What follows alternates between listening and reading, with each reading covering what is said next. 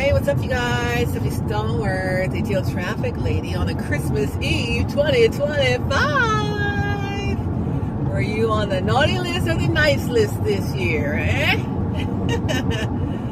The blessed list or the cursed list this year, eh? I pray it's nice and blessed, okay? Okay. And if you're on the naughty list or the curse list, you can always flip that thing around. It's only up to you. You're the only one who can change your life. It's a self-service job. Ain't no remote control. Ain't nobody coming to rescue you. You got to change your own life. It's your life. You change it. And you can change it just like that, baby. Just like that. Just change your mind. Flip the switch. Say, all right, I no longer, when I flip the switch, the proverbial switch, the switch that we're imagining is there. When I flip that switch, boom, I'm immediately going to be who I want it to be, who I'm called to be. And I will no longer do what I used to do. That's it. You know, long process to change. Just change. Say, you decide. You decide in your mind to not do these things, so decide in your mind to do them. Because the next time you go out to do something you're not supposed to do, decide in your mind, well, I'm not going to do that. And then don't do it. And then boom, your life already has changed just like that. It's not that hard. Promise you. I promise you. Yeah, it's easier said than done. I can tell y'all it's not hard, but sometimes I have a hard time with stuff too. So I'm not like poo-pooing you guys, you know what I mean? We're all in the same boat here. We're all trying to help each other. We're in this community together. It's Stephanie Stallworth, ATL Traffic Lady. And you're watching the night edition of How We Flowed Out Today TV Christmas Eve version. Whoop, whoop. Who, what, when, where, why, and how are you letting go at the end of this year? Who, what, when, where, why, and how? Who are you letting go at the end of this year? What are you letting go at the end of this year? When are you letting it go at the end of this year? Why are you letting it go at the end of this year? And how are you going to let it go at the end of the year? Huh? Let go of all the narcissists in your life, or the narcissistic tendency type people. Ain't nobody got time for that. Life too short. Lord have mercy, it's too short. My 21-year-old son told me yesterday that his friend died. I'm like, what? Your friend? What happened? Said she was in a tragic freak car wreck, and she's gone, just like that. And so she's probably only 20, 21, her doggone self, maybe. So, whoo-wee. It put everything in perspective for him in ways he hadn't imagined, because, you know, at that age, who's thinking that, you know, we're thinking it's the beginning of our life and not the end. But no one knows the day nor the hour that God calls you, right? So, it really made him think that, wow, number one, I didn't know how much impact she had on my life, is what he said. And she would always say, you know, live your life to the fullest, enjoy your life, don't be scared to do things that are going to make your life wonderful and great. And she did that, even at a young age, right? So, she didn't stay chained to the home base. She wanted to move to out of state to Arizona. And she did. She came back, and she probably didn't like it as much as maybe she thought she would, or maybe wanted to come back, who knows why. But she did go do it. And that's just the start, right? You gotta be willing to jump off the front porch, man. Woman. You can't just stay locked in.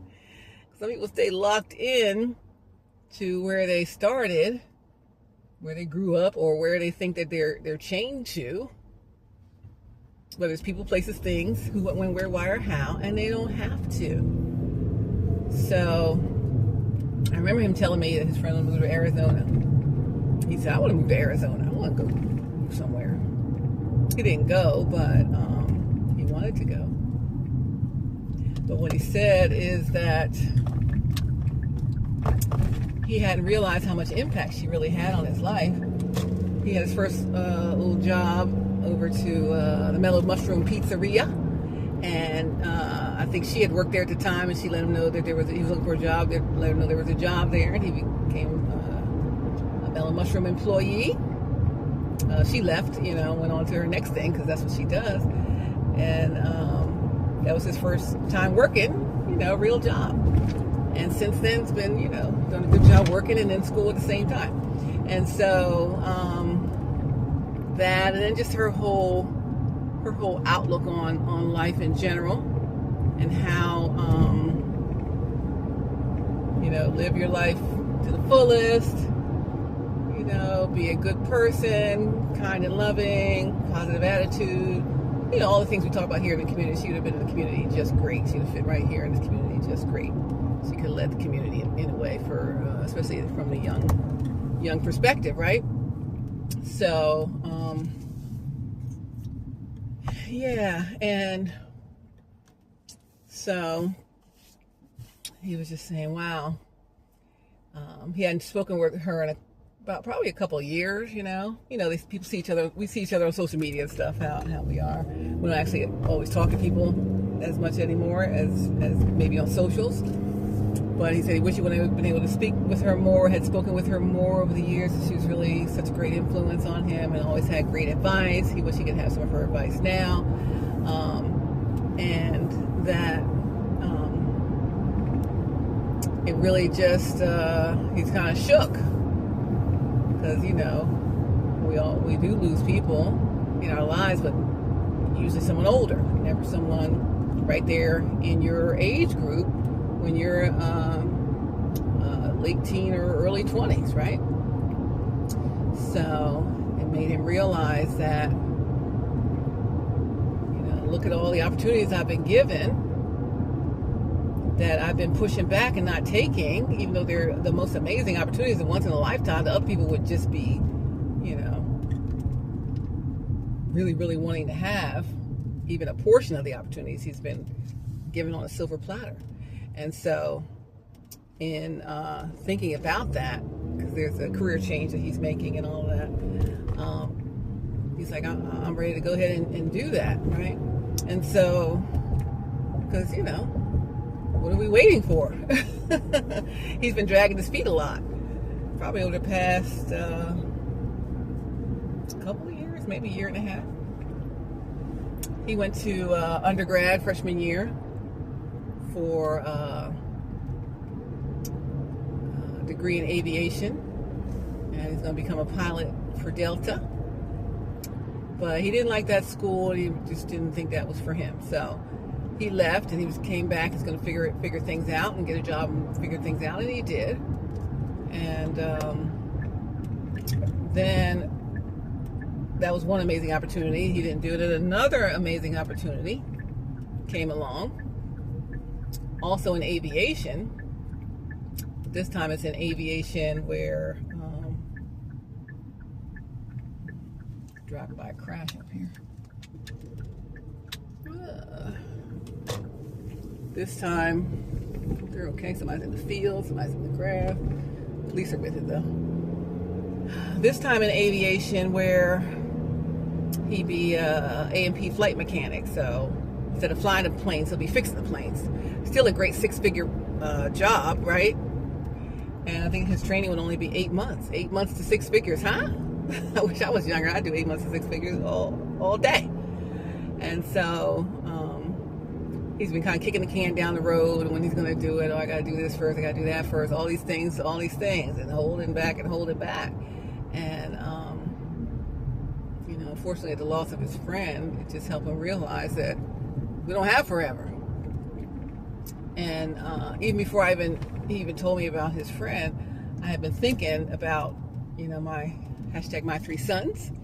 They are 21, 25, 26. And I was thinking the one that's 26, that I was going to tell him, 26, my life is still fully ahead of me. And so I thought, right? But I was going to say, you're just 14 short years from 40. What? And when you look at it that way, darn, I don't have a lot of time. 14 years away from 40, what? In 14 years, I'll be 40. He's 26. You ain't thinking about 40 at 26, but you already lived longer than it's going to take you to get to 40, right? So, same for me, same for you, to get to whatever you're supposed to get to. And, you got to really look at things as they really are. We can't keep kicking the can down the road. Yeah, I'm going to do it eventually. I'm going to do it. And then he said, which is very right and true, and if I keep waiting, maybe the opportunity won't be there anymore. Correct. The opportunity will be moved on to somebody else, right? And you won't have it anymore. You won't have access to it. It will be passed you by, right? Savior, do not pass me by. Pass me not, oh gentle Savior. You better hope these opportunities don't pass you by. Going to somebody who's ready to jump off that porch, who realize the value of time. And we don't get the time back. I think I talked about this before. Like every second, each snap is a second. All them seconds is gone. I'm never going to get that second back, whether I snapped on it or didn't snap on it. That second is gone, baby. Gone, gone, gone, gone, gone, gone, gone. So what are you doing with the time that God gives you? You'll never know. Pray it's no time soon that he calls you. Pray that you're finished all that he called you to do before he calls you, right? But if we wasting time, what I say, if we're dragging our feet and scuffing our shoes, scuffing our church shoes, you're ain't supposed to scuff those up. Stop scuffing up your good shoes. They're dragging your feet, right? Cut it out. Cut it out. You play too much, right? Stop showing off. All the things we used to say. Stop showing off. You play too much. It's all fun and games until somebody get hurt. Then you play too much. So somebody's hurt, and guess what? You play too much. So stop playing and get to it, right? Got to get to this thing. So, so sorry for my son's loss, and of course his family and all her friends' loss at this time. It's just tough. Very tough. And you can just be minding your business, doing what you're supposed to do, in your lane, about your business, about that life, and going for all God has for you. And somebody else could mess up your life, or snuff your life out unexpectedly in a freak situation or some other situation, right? So even though we mind our business, we got to be mindful of what the people around us are doing, people connected to us are doing, or people who are not connected to us are doing. Be aware of your surroundings. Check your circle. Check your circle. Who's influencing whom and in what ways?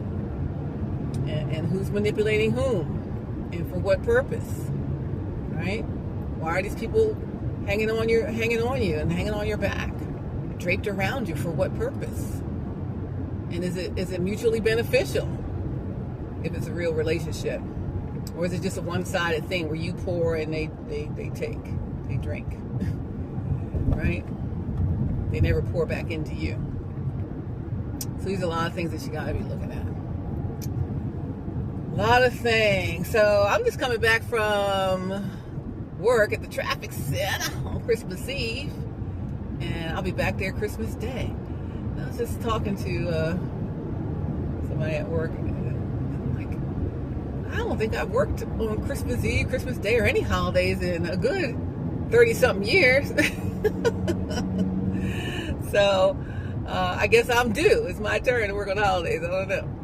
I don't think I worked on weekends and nights, weekends and holidays since, well, maybe nights when I did the weather and stuff in DC at News Channel 8 24/7 News. But weekends, holidays, oh no, not since I worked at QVC. That was my first broadcasting job, 88 to 92. Since then, no nights, weekends, or holidays. 021222, that's 30-something years ago, right? So I've just been over at the new job since November, about a month. No, was it October? November. No, about 2 months now. And so it's been like it's been a really weird. I can't call it. I can't call where I am right now, because I don't work. I haven't worked weekends or holidays, or all kind of different days of the week like this. Always had a set schedule, so it's an adjustment, right? And sometimes in order to get to the new place, you gotta make some adjustments, and I'm making these adjustments, but it's just very odd and weird for me, and I can't quite. I'm just getting and really I can't. I'm saying I can't quite call it, right? I can't quite say I've grasped it yet. I grasp it in a way that I am, going when I'm supposed to go, do what I have to do. But I can't sit and look at the schedule for 2 weeks out and say, oh, I'm going to be working these days, these nights, these weekends, these holidays. I can't. It's too much stress on me. After 30-something years, too much stress for me to look at the schedule, and know all these different things I'm going to be doing. So I only look at the schedule like a day or two in advance, and then I try to forget about it. And then I'll look at it the night before. What time I got to be there tomorrow? And then I just go and I show up, because I'm going to show up and I'm going to have my consistency, and I'm still going to have my work ethic, but I'm not going to stress myself out about, oh, I got to work this day and that day and the holiday and whatever. I just can't do it. I won't do it. I love it over there, so I'm going to show up. And I'm going to, I guess, get used to different schedules and different whatever. But it's like any adjustment or change that we make in our lives, a completely different thing. You might have been doing something for 30-some years in your life. Let's say you're about 54, going on 55.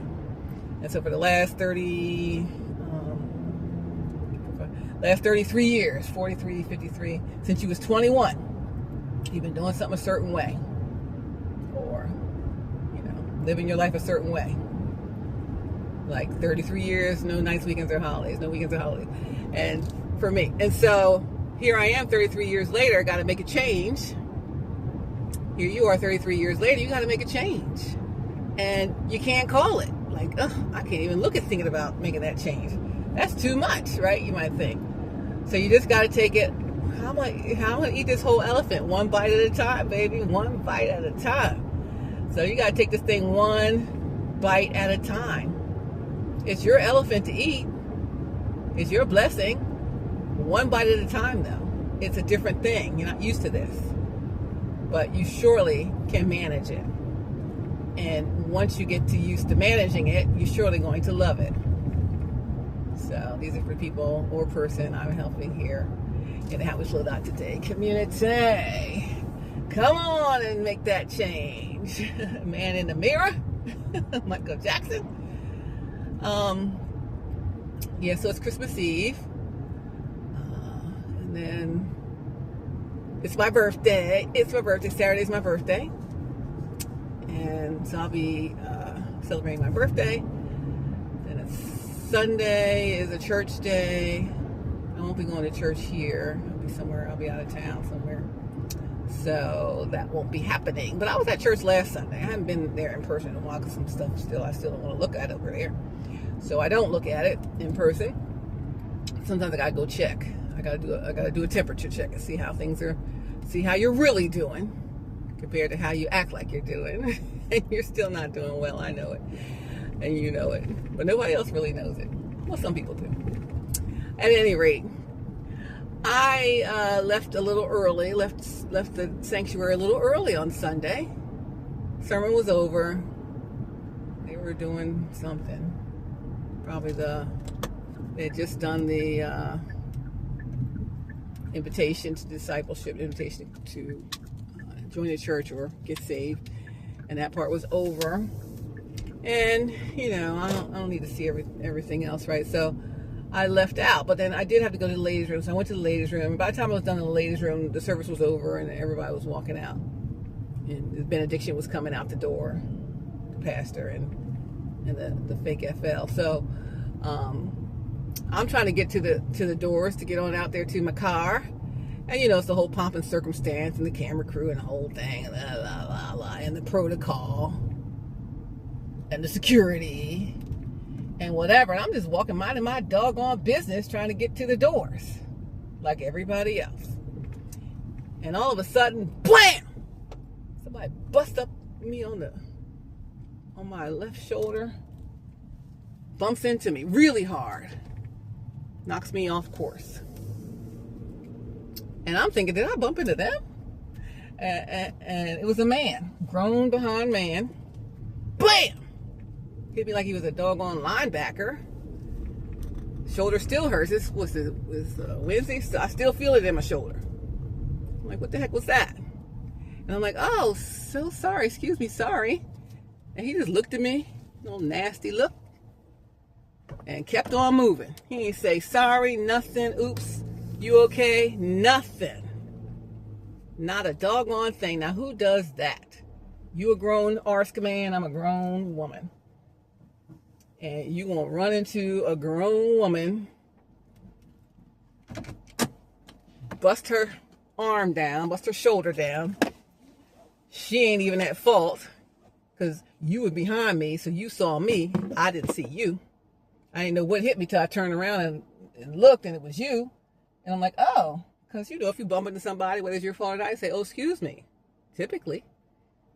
But you bumped into me, and you ain't saying nothing. You just looked at me like I was crazy and kept on moving. And I'm like, what? And that was I think that was part of the pastor's protocol, people. I'm about to go file me a report for assault. Who assaulted me there? Why did you do that? You didn't even apologize. Just nothing. Like, what is that about? I am nobody's threat to anything. My shoulder still hurts to this day. To this day. So someone need to explain to me what that was about. I feel a threat in there to me. Why would you do that? Where they do that at? Who told them to do that? Find out who told them to do that to me. Blam! Like a blocker. I'm just going for the door. I'm not going for nothing, nowhere, nobody. Ain't talking to nobody. I'm in and I'm out. I mind my business. I do what I'm supposed to do. And you gonna come blocking me like I'm doing something, trying to knock me down, and no apology? That meant you did that sucker on purpose. Who told you to do that to me? That's what I want to know. I'm about to file a report. I need to file a complaint. Y'all got enough people who want to file complaints over there. Some people could file false termination complaints. 5 people that I know of, at least. Based off of somebody who's so-called in charge over there. The fake phony one. Copycat. Mimicker. Shape-shifting. Phony. Just a phony, evil, dark, witchy, snitchy trick. Trick of the enemy. It all comes down to that. As far as I'm concerned, I'm filing a complaint. Why are you trying to knock my shoulder off? I'm a grown woman. I'm an old woman. And you old man running into me. Running an old woman down at the church. Running an old church lady down, huh? Where they do that at? So, my friend who's over there in charge, I'm going to need you to find out who did that. Well, I know who did it. I don't know their name, but I know their face. My shoulder hurt right now just thinking about it. Like, you find out who told them to do that to me on Sunday. Nothing's that doggone important. Really knocking people over.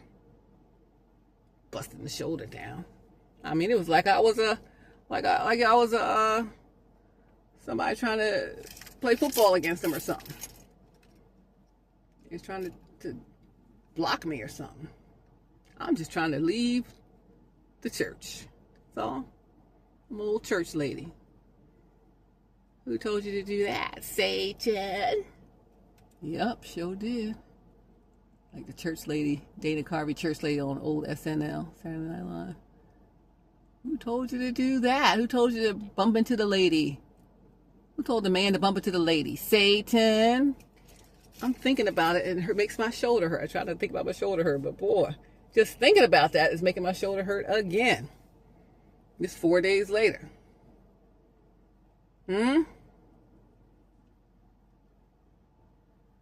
It's almost Christmas. 2025. And I'm going to need my friend who's in charge over there to find out who did that to me and why. And let me know so I don't have to file no complaint, because I will. I know who it is. I just don't know their name, but I can find out. They part of your protocol, protection, whatever. No remorse. No nothing.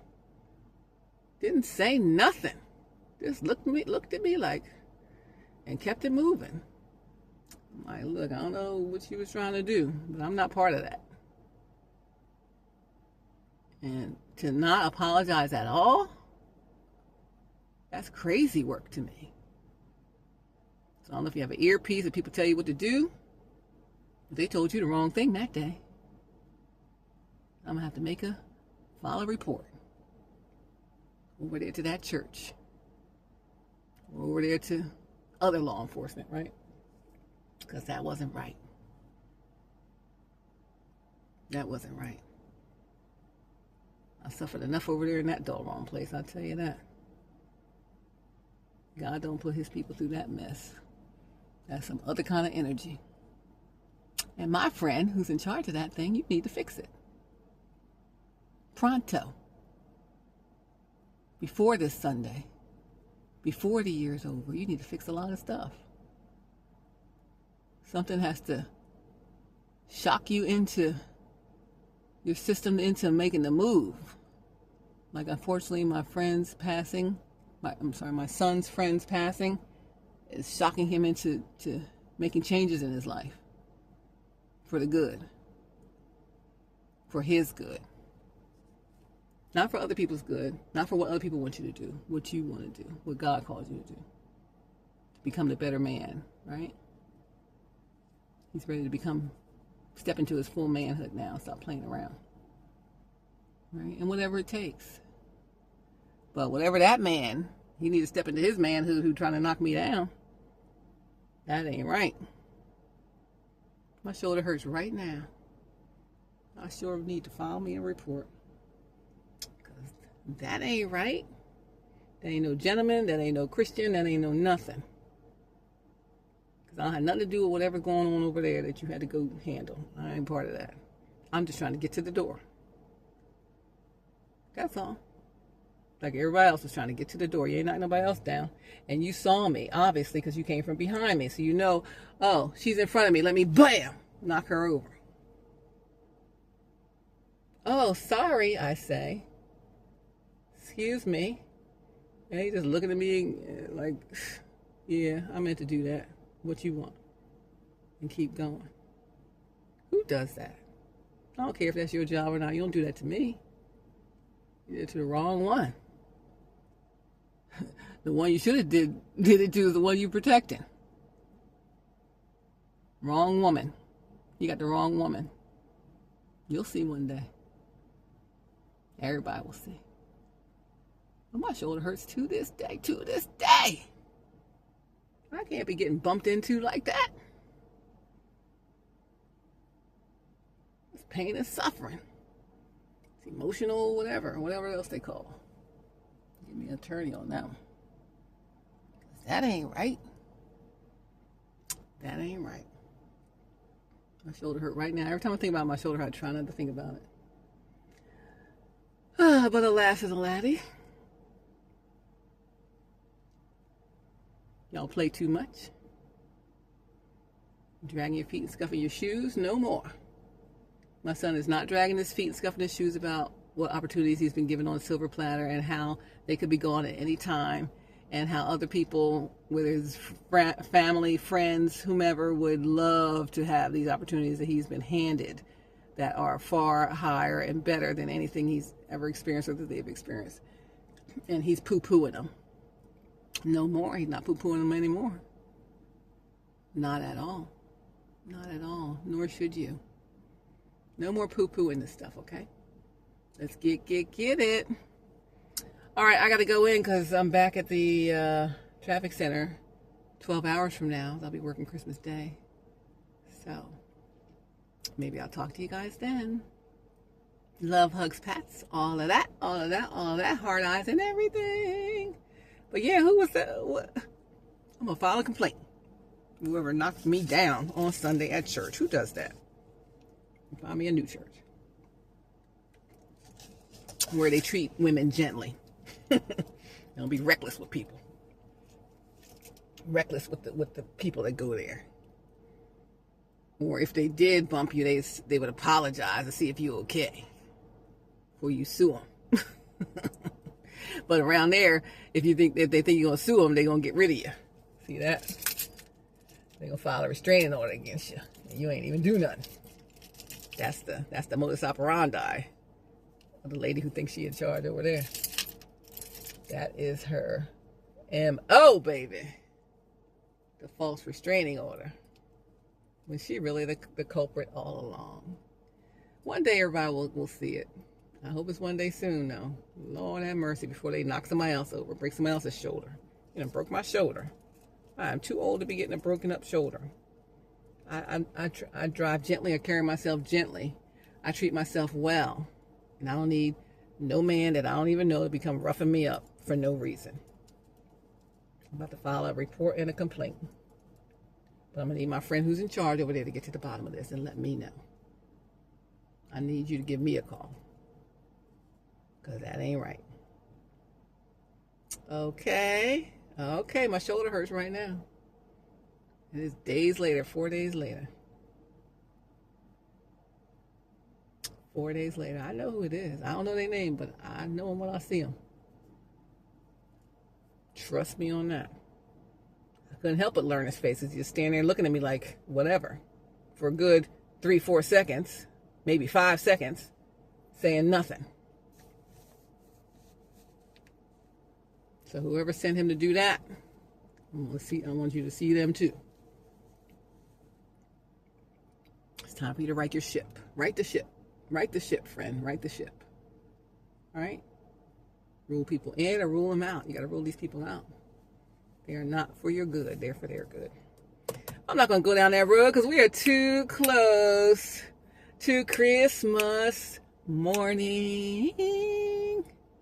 All right? So stay safe. Stay connected. I wonder if I can see these lights here. And have a blessed evening. Look at that. Oh, so beautiful. Have a blessed evening and overnight, and Merry Christmas to you. Praise the Lord. God is able. He is good and worthy to be praised, eh? Don't you know? Wouldn't you say? Do you believe in the true and living God? I pray so. Try Jesus today. Why don't you?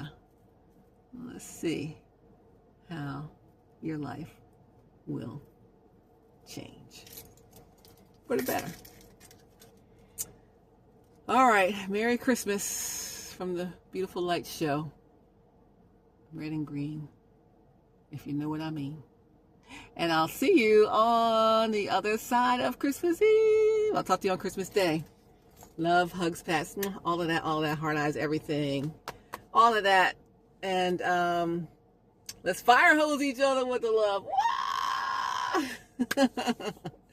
Love you. God bless you. Stay safe, stay connected, and stop dragging your feet and scuffing your shoes, and live your life to the fullest.